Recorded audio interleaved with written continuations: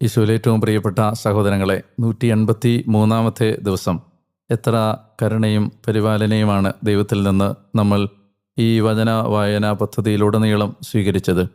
ഓരോ ദിവസവും ദൈവം നമ്മോട് ഇടപെടാൻ നമ്മൾ നല്ല ദൈവത്തെ അനുവദിക്കുകയായിരുന്നു. ദൈവവചനത്തെ ആഴത്തിൽ ശ്രദ്ധിക്കുക വഴി നമുക്ക് കർത്താവിൻ്റെ ആ പരമമായ സ്നേഹത്തിന് നന്ദി പറഞ്ഞുകൊണ്ട് ഇന്നത്തെ വായനയിലൂടെ വെളിപ്പെടുന്ന ഏതാനും ചിന്തകളിലേക്ക് നിങ്ങളെ ഞാൻ ക്ഷണിക്കുകയാണ്. ഇസ്രായേലിൽ ഹോസിയ എന്ന ഒരു രാജാവ് അവരോധിക്കപ്പെടുന്നു.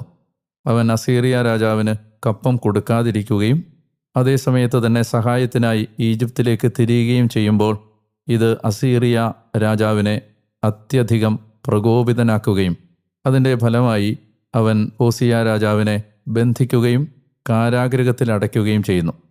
സമറിയായ്ക്ക് നേരെ അസീറിയ രാജാവ് തുടർന്ന് ചെയ്യുന്നത് 3 വർഷത്തെ ഉപരോധം